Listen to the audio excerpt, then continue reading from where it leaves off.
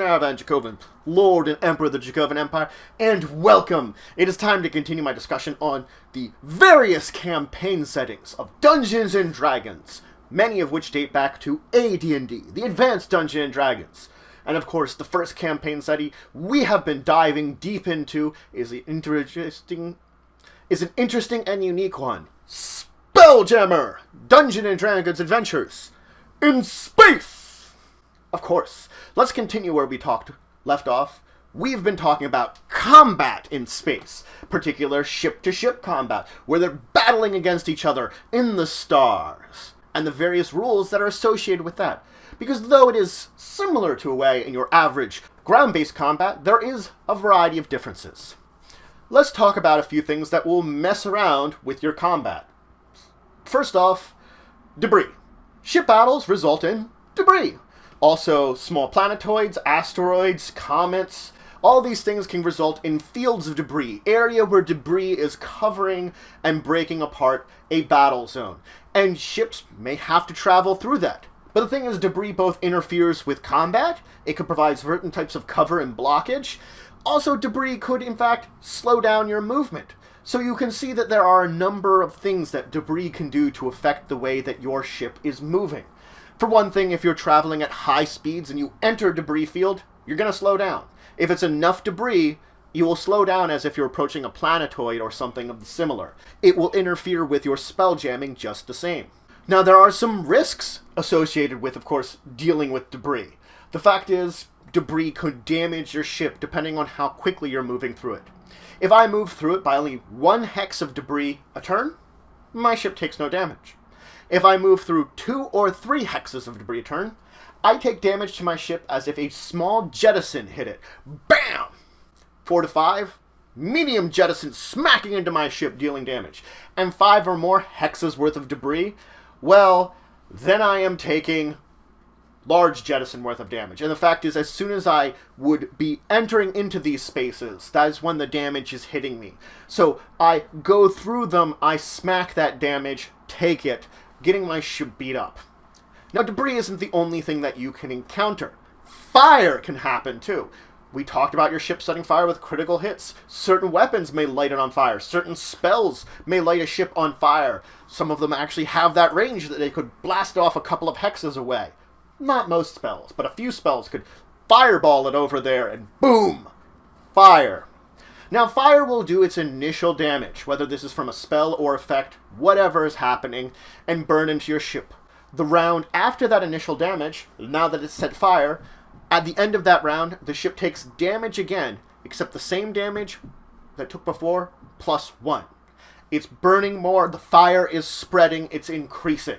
So every round after, the fire gets bigger and bigger and bigger until it consumes your ship. Now, those aboard the ship can attempt to stop the fire. They can take whatever appropriate tools they have and try to put it out, pat it out, burst it out, stop the fire. The thing is, for each one of them acting on it, you need 1 per point of damage that's going to be dealt at the end of the turn. So if it's going to be 3 damage at the end of this turn, it was 2 damage last turn, going to be 3 damage this turn, you have to have 3 people putting it out. If you have less people, let's say only 2, you only put out 2 points worth of that fire. The fire will then spread from the 1 it was at to 2 again. So you can see that you have to have a amount of people better than what the fire is to overcome it to a degree, equal to what the last damage was, or slowly you will put it out over time. Now, if you don't put it out, fire can do bad things to your ship. For one thing, it can degrade the air, smoke and bad things going into your atmosphere the longer it burns. When you hit 10% of your hull points damaged through fire, your air degrades by 1 rank. 40%? It degrades by 2. So your air is already becoming unbreathable, slowly but steadily, for this fire burning.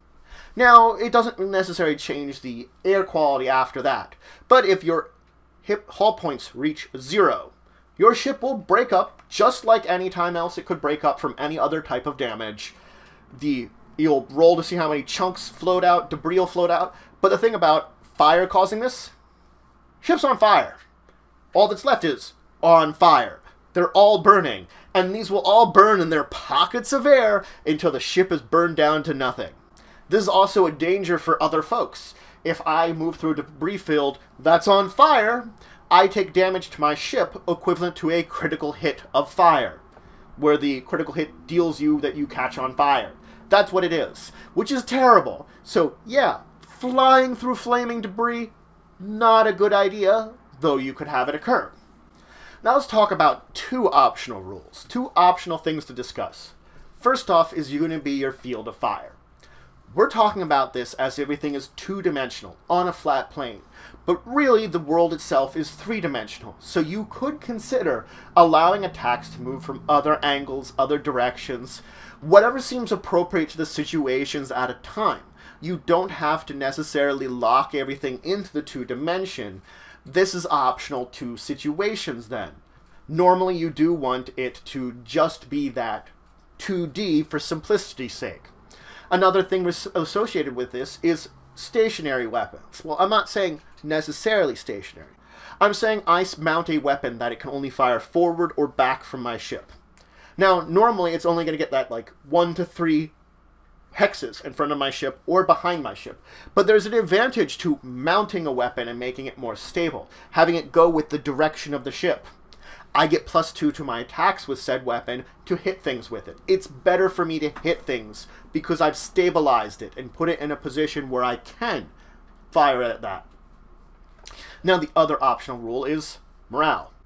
I've talked about morale in my AD&D episodes as of now, but morale is always an optional thing when it comes to both AD&D and here. And adapting it to your other D&D games could be possible. But let's talk about it in basic AD&D form. Morale is effectively your ship, your crews want to remain in battle and remain battling over whatever odds. Morale could drive them to do great things and strive beyond their abilities, or it could drive them to break down and wish to run away. Space is a dark, cold place, and people do not want to die there. A normal ship has a morale rating of 11, though monstrous ships could have varying morale ratings depending on the creatures that are there. Morale itself is a check that you will make at certain points in time.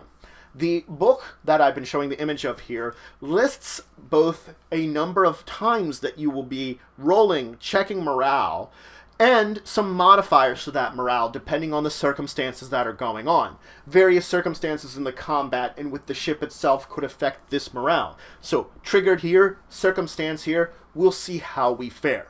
Success means that your ship, your crew, they are persevering, they are keeping on, they are pushing forward with the combat, the battle at hand. Failure, on the other hand. Failure is something that your game master will that your dungeon master will determine the exact effects of. When failure occurs, dungeon master will look at the crew, look at what's going on. The fact is, most of the time, this means surrender. They will raise the colors, raise the flag. This means your crew is ready, regardless of who is running the crew, to surrender to the enemy, to either have themselves raided, captured, ransomed, even enslaved, instead of death. As horrible as anything may be otherwise, it's not death. Now, your PCs can be, of course, on either side of this. They could be a ship surrendering and act how they wish to, or when a ship surrenders in front of them, they themselves can decide how their ship is going to react to this. Because of the circumstances of morale, it does mean that two different ships on either side of combat could raise their colors. They could each surrender to the other. What happens when this is that they enter into a system of sort of parley with each other, discussing things, seeing if they will continue the battle, or each slink off to the other side. They're not ready to fight each other, either of them, so they can both enter into this negotiation. An important thing to remember here is regardless if it's your side or the enemy side, more than likely they will not switch to attacking again if the colors have been raised. Granted, you could do things that would provoke them into doing this, like saying, kill them to the last, but normally, there's some kind of mercy here. And should a ship that is surrendering, has raised the colors, turn against that, then the other ship has no reason to grant mercy anymore. They don't think that the other ship is going to actually, surrender. They will they will continue to fight back, regardless if they try to trick you again with raising the colors. So of course, why allow them to surrender? Now granted, if you're on a ship that the colors have been raised, and you break that, especially if you're the leaders of the ship, the captains or officers, you're probably going to face a mutiny. Sailors know that once you've raised the color, you've surrendered, and they are not ready to fight. Should you push that point, they are not going to be happy about it. And this can hold true for PCs too. So be careful once a ship either you're on or you're connected to has surrendered, don't push it. They will not be happy with you, and you might find all the sailors that you were working with have turned against you and are trying to now kill you instead. Anyway, that's it for today. So, I first talked about some hazards you can face. Debris, a hazard that you can basically sail through in space that's around you, and fire, a hazard that will happen to your actual vessel at some point in time and you're going to have to deal with it burning. Then I dove into, of course, talking about some optional rules with positioning and morale. Morale being the very big one that's optional here, that if you're using an edition other than 2nd edition, it's going to be a hard thing to consider. But there is systems similar to morale in many editions of Dungeons & Dragons, so you can take a look at them and figure out which version of it you might use, and then just use the suggestions from this book as that. Suggestions on how to alter and use this morale system. In the next episode, though, we've been talking about long-range combat this entire time. We're moving on to short-range combat. We're moving on to your ships are side by side. Small arms weapons are also firing back and forth. Spells are flying. Maybe there's some boarding going on. Intense battles that instead of have those long-range huge battles, we're now neck and neck, grappled to each other, dealing with each other that way. And we're going to talk all about that in the next episode. So, I hope you're having a great day. And of course, if you have any awesome tabletop stories, role-playing games, especially Spelljammer, share them in the comments below. I love to hear them. And until the next time, I bid you farewell.